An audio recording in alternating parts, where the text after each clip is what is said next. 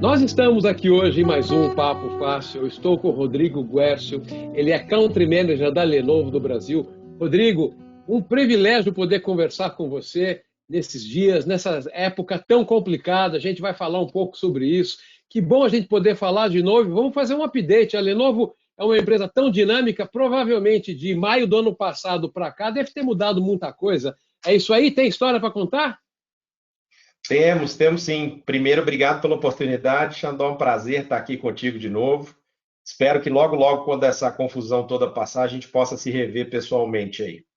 É, Bom, não. relativamente às nossas mudanças, sim, passado aí quase um ano do nosso último bate-papo, muita coisa mudou dentro da companhia.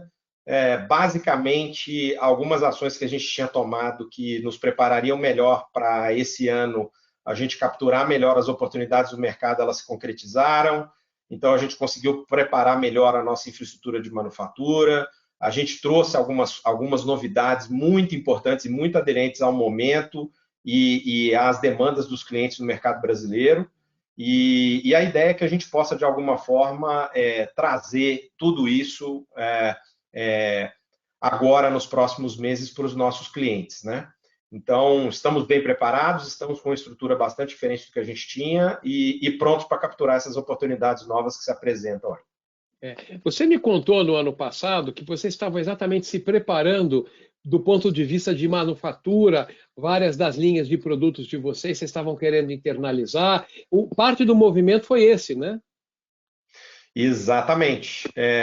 Como eu tinha comentado com você o ano passado, a divisão de data center se tornou independente há algum tempo. Aqui no Brasil, a gente veio com mais força aí do meio do ano de 2018 para frente. Em 2019 foi um ano da gente arrumar um pouco a casa, então a gente fez um investimento considerável aqui no Brasil, na nossa planta, para preparar para a gente poder ter essa infraestrutura toda pronta e, obviamente, para a gente poder trazer para o mercado brasileiro a manufatura de alguns produtos que até então a gente não conseguia operar ou trazer com produção local e, obviamente, oferecer no mercado brasileiro com todos os benefícios que o governo nos dava. Então, esses investimentos se concretizaram, a gente passou por um período de transição, onde a gente teve essa cisão do ponto de vista de manufatura para a gente poder ter toda essa flexibilidade de novo.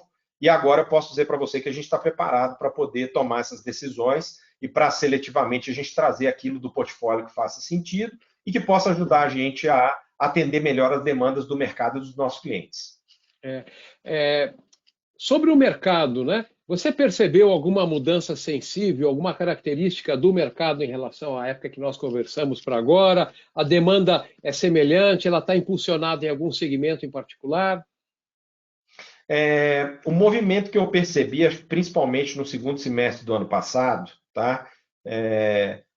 Algumas empresas, eu acho que principalmente segmento governamental, tá? Que talvez seja o que mais tenha me chamado a atenção, não que outros não tivessem passado por algum tipo de desopção ou que a gente não percebesse algum tipo de movimento, mas particularmente o governo brasileiro, eu acho que por conta de tudo que aconteceu aí no passado, tinha ficado com muito investimento retido, que no segundo semestre do ano passado teve uma alavancagem como eu já não vi há uns 3, 4 anos, tá, Que Xandó, sendo bom. muito honesto. Então, acho que tinha muito projeto que estava engavetado, muita infraestrutura que estava carente de investimento, que de alguma forma, do ponto de vista tecnológico, acabou acontecendo.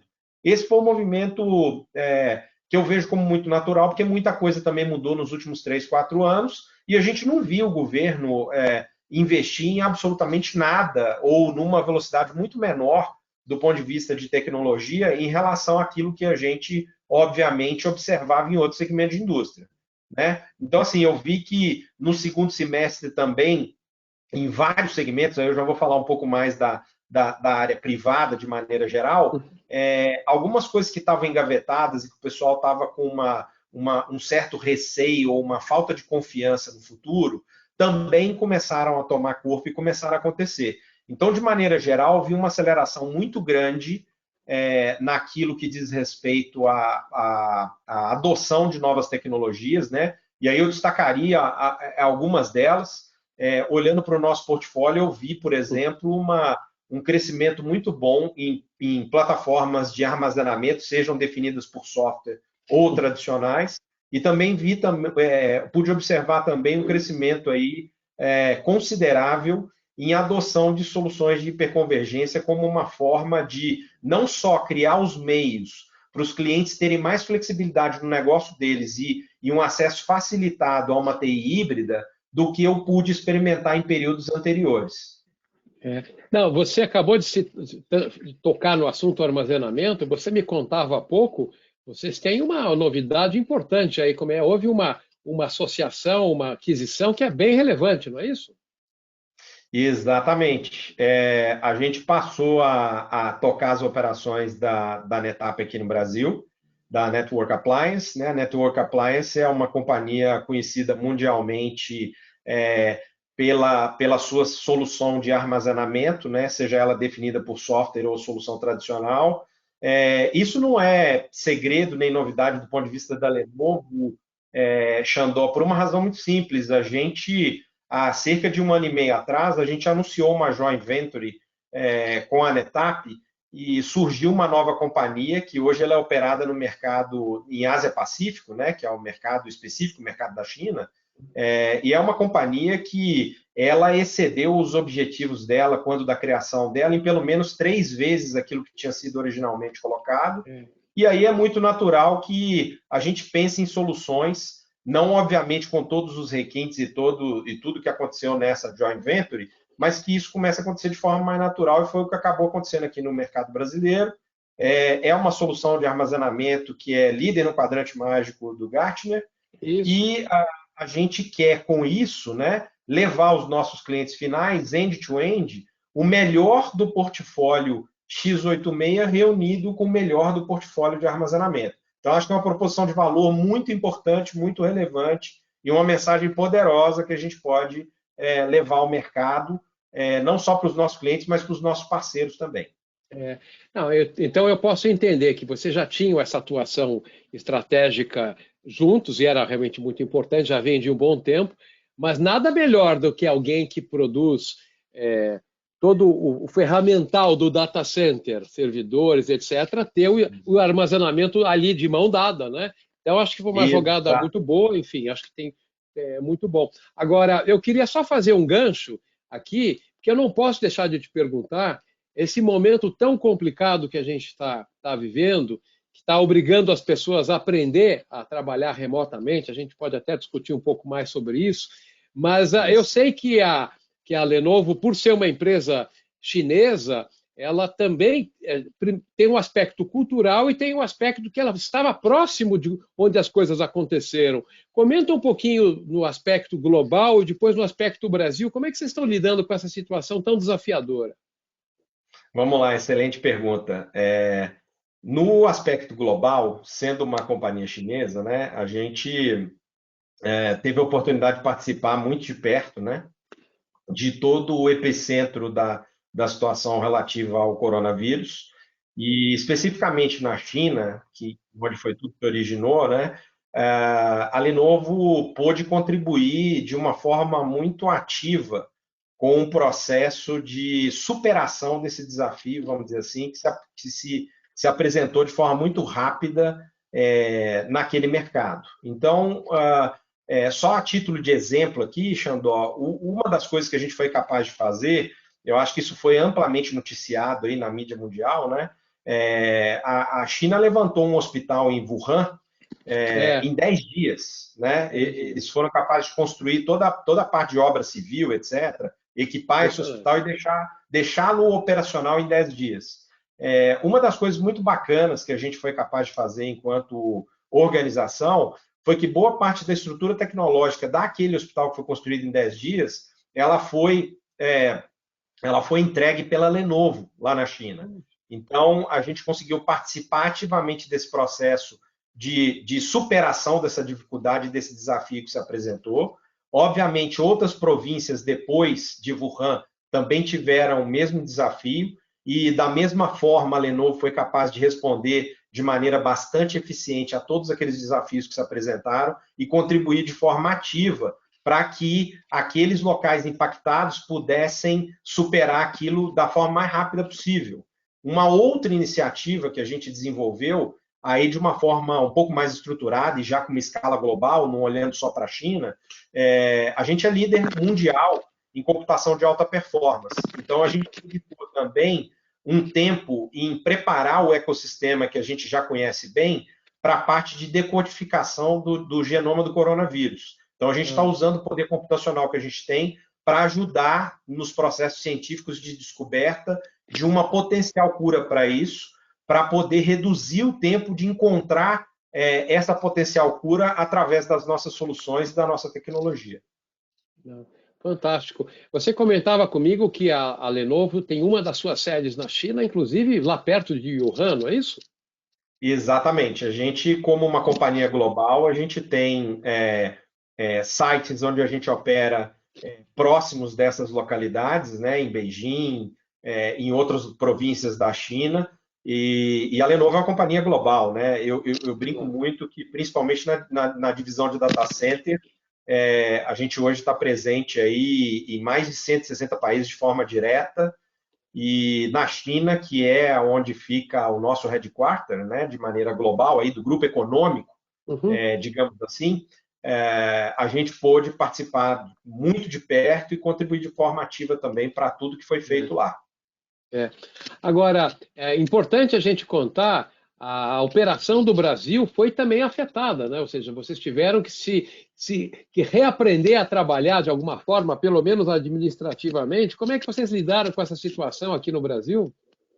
Não, muito bacana. Bom, a primeira coisa que a gente teve que fazer, né, quando os sinais de alerta mais fortes apareceram, isso não é uma novidade do ponto de vista da Lenovo pelas tecnologias que a gente tem, mas a gente precisou tomar decisões rápidas e uma delas, por exemplo, foi colocar todo o pessoal da área administrativa imediatamente, a partir do dia 12, dia 13 de março, em home office, né? Isso trouxe alguns desafios, como é de se imaginar, Xandó, e um deles, por exemplo, a gente precisou criar um ecossistema onde a gente precisou, por exemplo, numa parceria com o nosso RH, começar a instruir algumas lideranças que estavam menos acostumadas com essa dinâmica a como lidar, como liderar equipes remotas, por exemplo, né?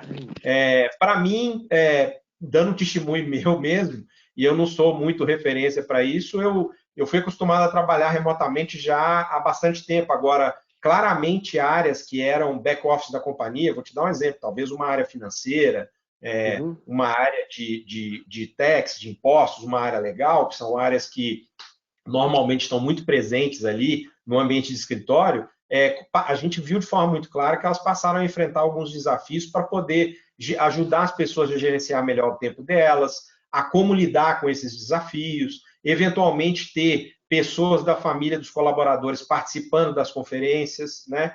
E assim, a gente criou um ecossistema que a gente pudesse também não só instruir essas pessoas, mas também ensiná-las sobre quais as melhores práticas adotar nesse tipo de ambiente. Isso gera muito estresse para as pessoas. Uma das preocupações legítimas que a Lenovo tem é a questão do work-life balance. E o work-life balance, apenas a título de exemplo aqui, até para ilustrar para você uma das coisas que a gente começou a implementar, por exemplo, nas reuniões de staff, a gente fez uma brincadeira essa semana que a gente combinou de enviar para uma pessoa pratos que a gente fez no fim de semana, e esses pratos a gente colocou um número do lado de cada foto e a gente distribuiu para todo o grupo.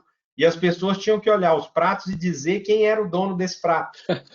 Que legal. A gente teve um tempo da reunião para a gente fazer essa brincadeira do adivinho, para a gente ter um pouco mais de leveza em toda a carga de estresse que esse ambiente traz. Seja porque você está junto com a sua família, tendo que considerar, de alguma forma, consolidar, né, interesses pessoais com interesses profissionais, mas também para tirar um pouco dessa carga pesada, porque a gente está muito exposto a muita notícia que muitas vezes não é tão legal. Então, para a gente dar uma quebrada nesse ciclo também, para a gente poder ter um ambiente um pouco mais leve, tá?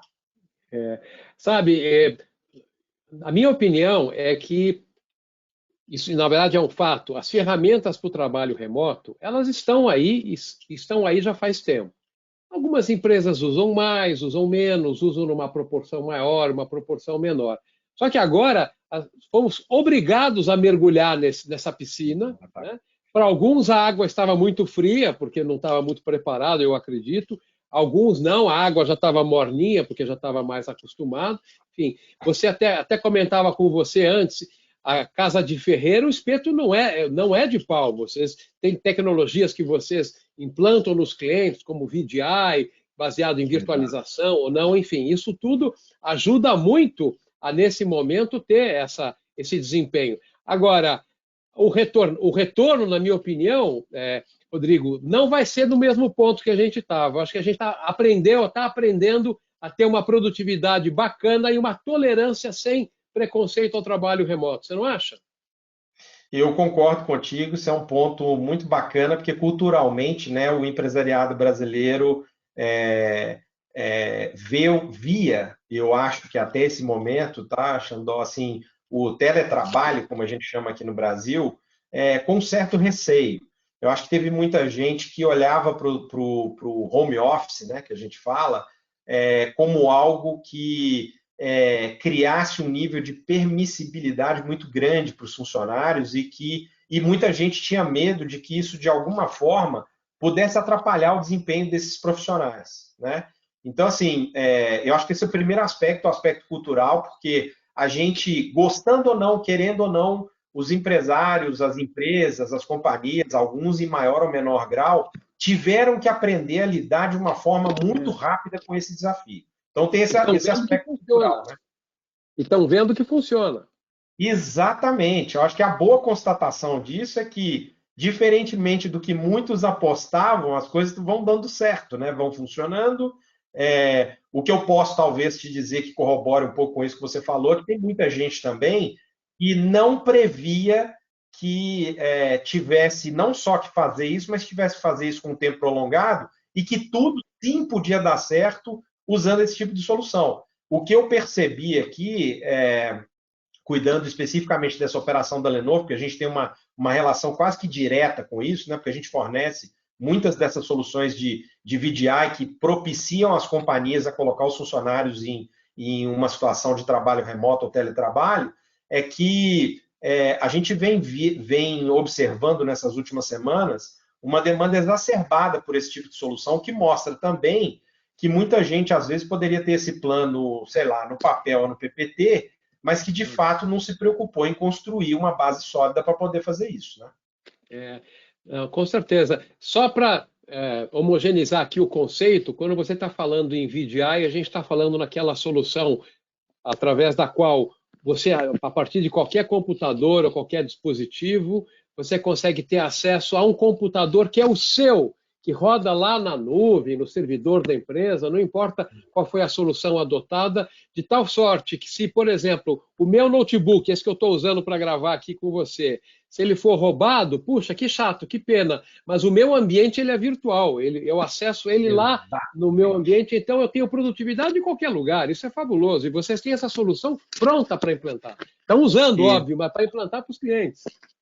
exatamente, precisamente. Eu acho que, além desse aspecto que você falou, que é o aspecto da facilidade de uso e do acesso e da democracia da tecnologia entre todas as áreas, né? Isso pode ser consumido com segurança, pode ter acesso a esse ambiente de qualquer device e em qualquer local. Tem um outro aspecto que é muito importante também e que muitas vezes foi negligenciado, né? Que é o aspecto de segurança. Esses ambientes de VDI que não deixam mais boa parte da informação no endpoint, que nem você falou, poxa, até bem pouco tempo atrás, Xandó, se isso que você falou acontecesse, a gravação que a gente está fazendo aqui potencialmente poderia ter sido perdida. Hoje, na medida que você grava, isso está sendo armazenado em algum lugar. Não está mais no teu endpoint. É isso que eu quero dizer. Exatamente. Isso traz um aspecto de segurança que é bom e que traz para a gente um nível adicional do ponto de vista de segurança que até bem pouco tempo atrás era pouco disseminado também. Para a gente encerrar, eu só vou fazer um paralelo aqui. De repente, o filme voltou 2 décadas na minha cabeça. Você se lembra da velha e boa Sun Microsystems? Dessa época eu não era nascido, estou brincando. Lógico que lembro. A Sun, Lembro na sim. figura do do seu criador lá, o Scott McNealy, eu acho. Eles criaram um negócio muito lá atrás que eles chamavam do Network Computer.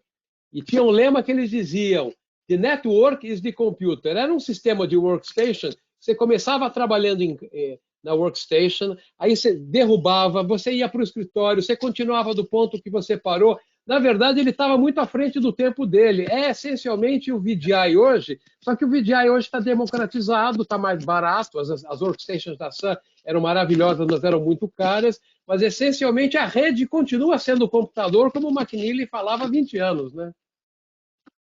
É verdade, você tem razão. O que aconteceu é que, mais do que ser a democratização do trabalho, é a democratização do espaço virtual do trabalho. Porque hoje, essas soluções de VDI elas chegaram num grau de sofisticação. Se você está trabalhando num grupo de trabalho, por exemplo, com uma quantidade maior de colaboradores, né? E esses colaboradores podem hoje estar dispersos em qualquer lugar do mundo, usando qualquer device. Você consegue, inclusive, fazer o controle de versionamento da documentação que você está trabalhando. Ou seja, o Xandó entrou, ele alterou lá um documento. Depois que ele alterou esse documento, eu posso entrar lá e fazer a minha alteração, e todo esse sequenciamento, esse controle e esse acompanhamento, não só não vai estar no endpoint de todo mundo, mas vai estar protegido em algum lugar, com backup e acessível de qualquer lugar também, com qualquer device. Bom, o fato é o seguinte: realmente a gente está passando por uma situação que não viveremos outra na nossa vida, talvez. Se existirem outras vidas, talvez, mas nessa a gente não vai viver. E a gente está aprendendo muito, vamos voltar não para trás do ponto original. E é muito bom saber que a Lenovo tem todo um conjunto, um arsenal de recursos, tanto na retaguarda, no data center, infraestrutura. Isso que eu acho que é bacana, essa mensagem que você está me passando, eu fico bastante contente da gente poder ter feito esse refresh. Que a gente faça mais vezes, né, Rodrigo? Vamos combinar de fazer com mais frequência. Com certeza. A gente fica imerso aqui em tanta coisa, né, Xandó? Sendo atropelado pelas demandas, nós não podemos perder as oportunidades da gente se ver virtual ou pessoalmente mais e da gente fazer esses recaps aí com mais frequência. Do meu lado, vou estar sempre à disposição. É um prazer enorme falar contigo todas as vezes. Desejo que você fique bem, em segurança, você, os seus, a sua família, e que, se Deus quiser, a gente passe por isso aí melhor e saia melhor, obviamente, do que a gente está entrando, e possa, obviamente, também fazer as reflexões necessárias para a gente se tornar não só profissionais melhores, mas pessoas melhores também, né? Não, fantástico. Exatamente isso. Vamos voltar a falar assim, presencial ou não.